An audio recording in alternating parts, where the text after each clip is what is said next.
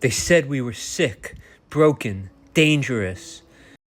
But what if madness is a doorway? 1, 2, 3, 4.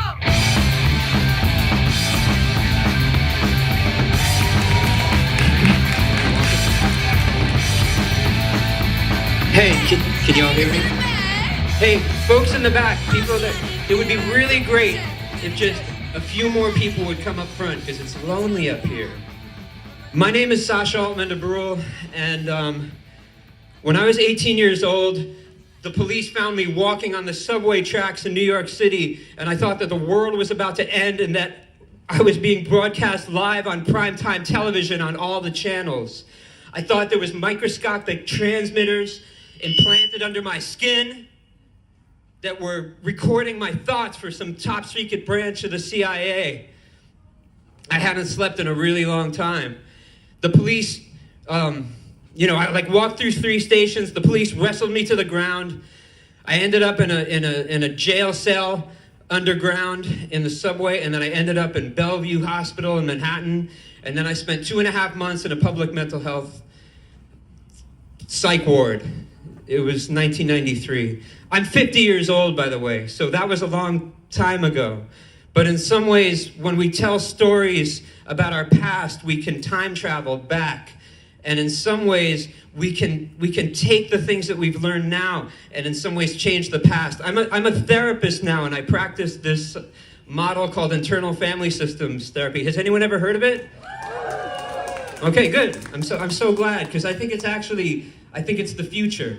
I think that it's really important that we recognize that we can see ourselves as individuals, and that's like a legit way to see ourselves, but we can also see ourselves as multiple. Like we have a whole internal family.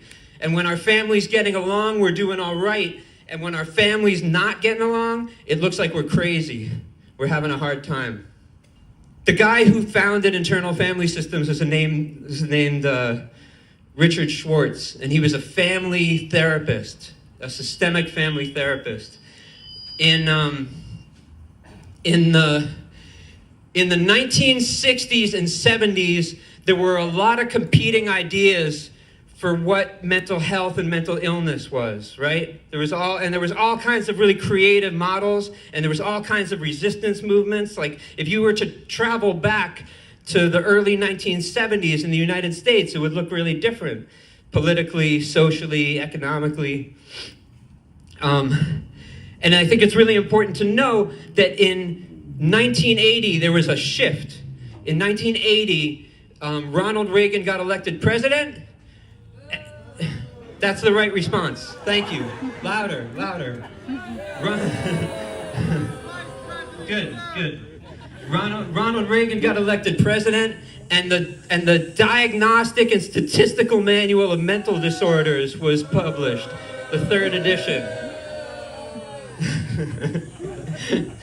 The thing about the DSM-3 was that the people who designed it had this very narrow view about the human condition. They were like, we're going to just observe what people have done, and then we're going to give them diagnoses based on it. And it was really convenient, because all of a sudden, like all of this resistance and all of this cultural resistance and all these, that was like when One Flew Over the Cuckoo's Nest came out. People were like, psychiatry as a discipline was discredited publicly, and then they switched it. They flipped the script. They figured out how to do it. It took a lot of money, but they did it. It was a terrible idea. We're still living with it. We're still in it. I feel like we're at the tail end of it. I don't think that biopsychiatry is going to last much longer, personally, myself. Yeah.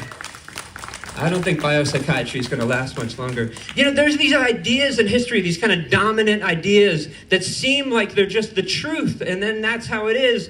And then you only realize later, oh wait, actually there was just like a couple of like powerful people that came up with this and then got everyone to go along with it. I mean, another one, if we're going to get political, is Zionism, right? I mean, like, yeah, listen, I'm a Jew. I'm like a proud Jew, okay? I'm a Jew from New York City, and I will like tell you all about it if you want to hear about like where my family comes from. But Zionism as a project was similar to biopsychiatry in some ways, because it was like a grand narrative. It was like these people, it says in the Bible, these people need to live here, and so we're going to go there. And like all this time later, yeah, like biopsychiatry, it turns out it wasn't the best idea. It wasn't the best idea. And we're living with the after effects of it. But I am here to tell you something, and I'm totally fucking serious. Like I'm not joking at all, though you can laugh. I really think that we have the power to change things. I think that we have the power. I think when people get together, we can change things. A small group of people like this can have an enormous impact on the society, but you have to believe. You have to believe that you have the power to do something. Thank you. More, louder, come on. You have to believe that you can do it. Okay? How many people here ever remember your dreams? I want to see a show of hands. Only when I don't smoke weed. Yeah, exactly. Well, it's kind of like the psychosis thing for me. If I'm trying to talk to someone who's never had a psychotic episode, I say, it's kind of like, you stop sleeping and you start dreaming while you're awake. That's what psychosis is, The way that I think about it is that our dreams are actually really important. It's really important to pay attention to our dreams. Our dreams tell us all kinds of things. I write mine down, and actually, more recently, I've been just recording them. There's like amazing technology now. You can like record audio and have it translated immediately to text. Does anyone ever fuck with that? It's like that's like some Star Trek from the '80s shit that now it's here all of a sudden.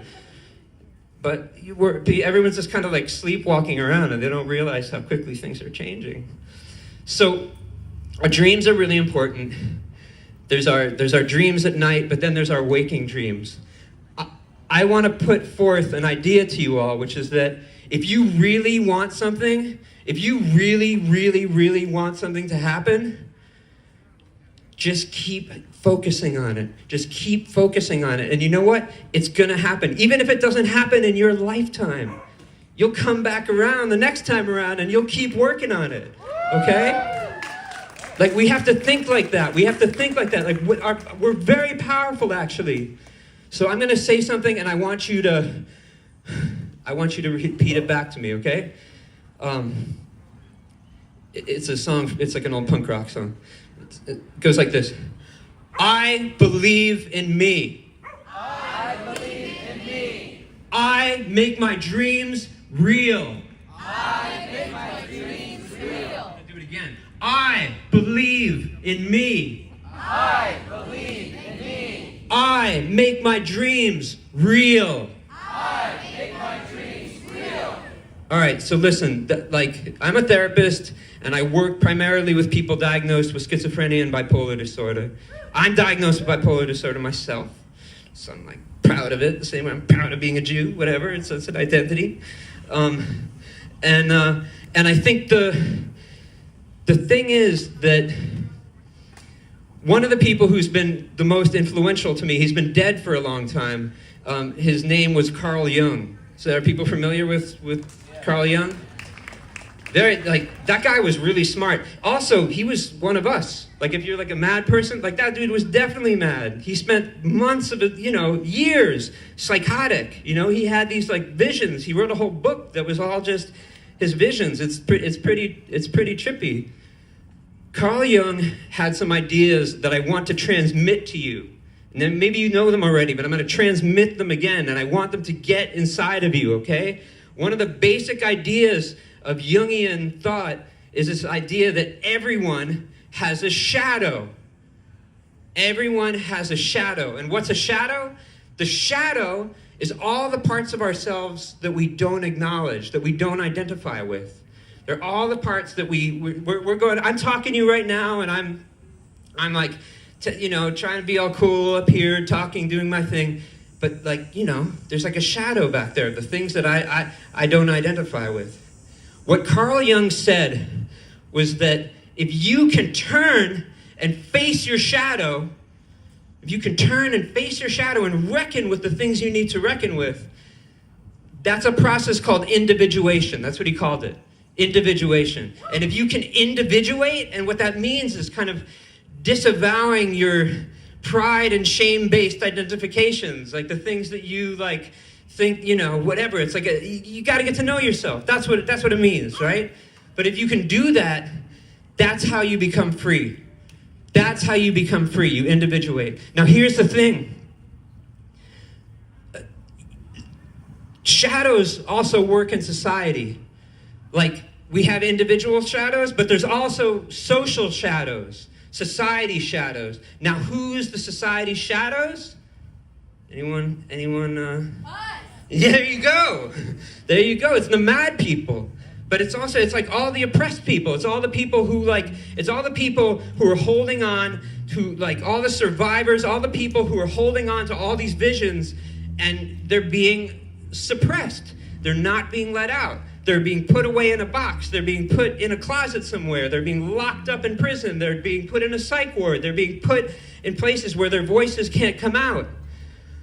And that's the thing is, what we need to do, the way I see it, is we need to be able to understand, we need to, like, allow the shadows of society to come through and really, like, reckon with what's going on in the world right now. Like, okay, so, in 2002, I was 27 years old, and I wrote a story in the San Francisco Bay Guardian. I was living there at the time. It was called The Bipolar World. And it was a story about my experience getting locked up. I got locked up a bunch of times, like, dramatically, like walking on the subway tracks, punching out windows, bleeding all down my hands. I spent a month in LA County jail, like in the psych unit. Like, I'm certifiably like a crazy person, right? So I wrote the story about it. And it was like, all these people wrote back to me. And like, what happened in a short period of time was me and my friend Jax, who I met, who was one of the people, we started a website called the Icarus Project. And what we said was, rather than seeing ourselves as diseased and disordered, we see ourselves as having dangerous gifts, like the wings of Icarus. You know the myth, the ancient Greek myth? Yeah. So that's what we said. And Icarus grew, and it grew there was it ended up turning into this whole international thing, and we had an international network of peer support groups. We wrote this book called Navigating the Space Between Brilliance and Madness. We did all this stuff. And what I learned from that whole process was, it's really amazing to get a bunch of mad people together, But it's also really hard because everybody comes with their trauma. Everybody comes along with all the hard stuff that they're dealing with. So I'm not going to talk for too much longer. It's like, thank you so much for letting me talk. It's such a pleasure. I was like, yeah.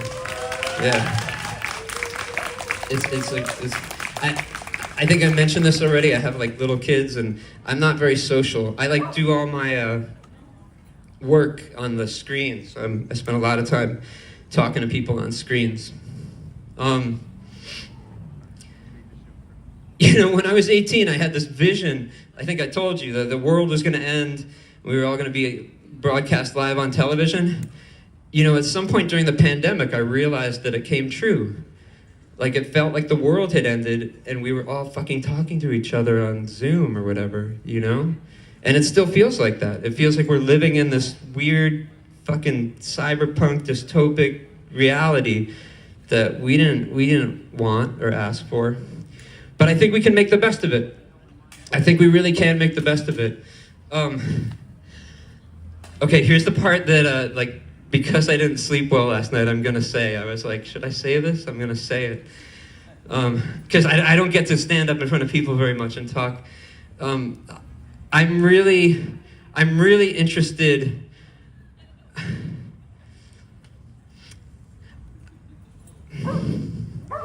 When I was 18 years old, I read this academic article called Language, Thought, and Reality by Sapir and Whorf. It was about Hopi Indian conception of time. And it was basically about how, check this out, this is like deep. This is maybe the most interesting thing I'm going to say.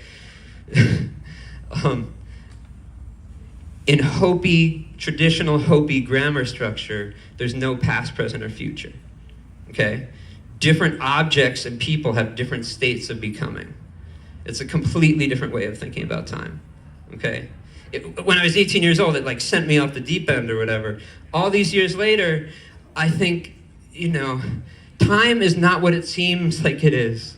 Time is definitely not what it seems like it is. There's the linear time that we're living in, but I think that there's a lot of different timelines. And I think it's really important to all of us that we find the right things from the right timelines and we bring them to this timeline.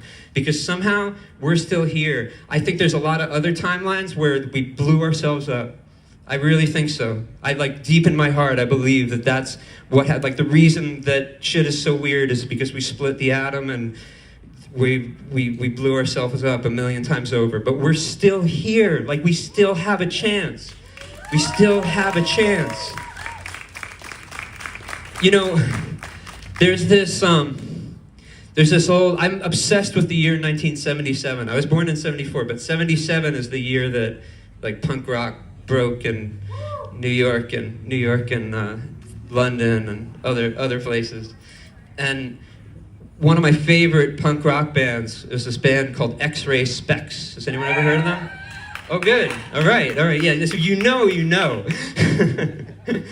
Yeah, the singer of X-Ray Specs, her name was Polystyrene, and she died a few years ago, but she was brilliant, and she was a teenager when she was in X-Ray Specs.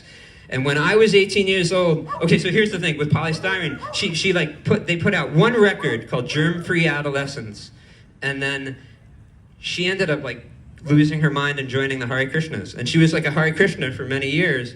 And then in 1993, when I was a freshman at Reed College in Portland, Oregon, Germ-Free Adolescence was reprinted, and I got a copy of it, and I brought it back to my dorm room, and I listened to it, and I swear to you, as an 18-year-old, I was convinced that Polystyrene was a time traveler traveling from 1977 to me in 1993 to tell me that the world was about to end and I had to save it. That's what happened. That was what sent me on my journey. If you try on the X-Ray Specs, and you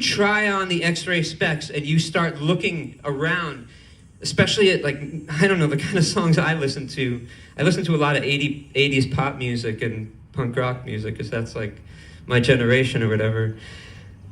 It's all about the end of the world. The world has already ended. It's already ended, and they're telling us that the world has already ended, and they're warning us. You heard it from the crazy guy. But I really believe it, and I think that in some ways, time is not linear. It's cyclical. It goes around and around and around. And I think that we have a really important role to play. I really, in the deepest of my heart, believe that we have an important role to play. The mad people have an important role to play in the salvation of the world. I'm going to tell you how it's going to go. This is let's check back in a year, okay? Let's check back in a year and see if what I'm saying stands up to time. I don't know how many people here have been messing around with AI? How many here have used ChatGPT and stuff? Ooh, yeah. But anyone have any weird experiences with it? Anyone? I think, all right, my dad was a Marxist, all right? He was beaten by nuns in Catholic school in Queens in the 1950s, and that turned him into a Marxist. And very basic, 101 Marxism is that capitalism is a stage. Capitalism is a stage that we go through, and the infrastructure needs to be developed so that we actually have stuff that will sustain people. And once it's developed, their idea was that there was going to be this what do they call it? Dictatorship of the proletariat, and then we were that didn't work out so great, right? But in some ways, it seemed I can imagine the future. I think that if you look like I said, I wasn't raised by religious people, but I think if you read the books, like that book that people walk around with, the different books, they all say the same thing. There's going to be a judgment day. There's going to be an end of the world, and then there's going to be a new world that comes afterwards. And I sincerely believe that the people who are like the rebels and the freaks and the weirdos and the ones who've been stewarding the ideas all these years, like the people who have been like keeping the flames alive, like they're gonna play the role in flipping the script. And that's what I see coming. So, I know it's intense. It's intense. It's not light. And it's not the kind of thing you hear every day, I imagine, you know? But it's not the kind of thing I'd ever thought I'd find myself saying. I'm gonna leave you with this. Quote from this band, the Avengers, who were like a San Francisco 1977 punk band. You should go back and look at them. If you Google the Avengers, you won't find them. All you'll find is a bunch of Marvel comic stuff. But if you keep digging, maybe Avengers, punk rock, whatever, you know, you'll find it, and you'll find that there was another teenage girl named Penelope Houston, who was the singer of the Avengers in 1977, and what she said was, "We are the ones who bring the future. We are the ones who bury the past. A new species rise up from the ruins. We are the ones that were made to last. We are the one." Thank you.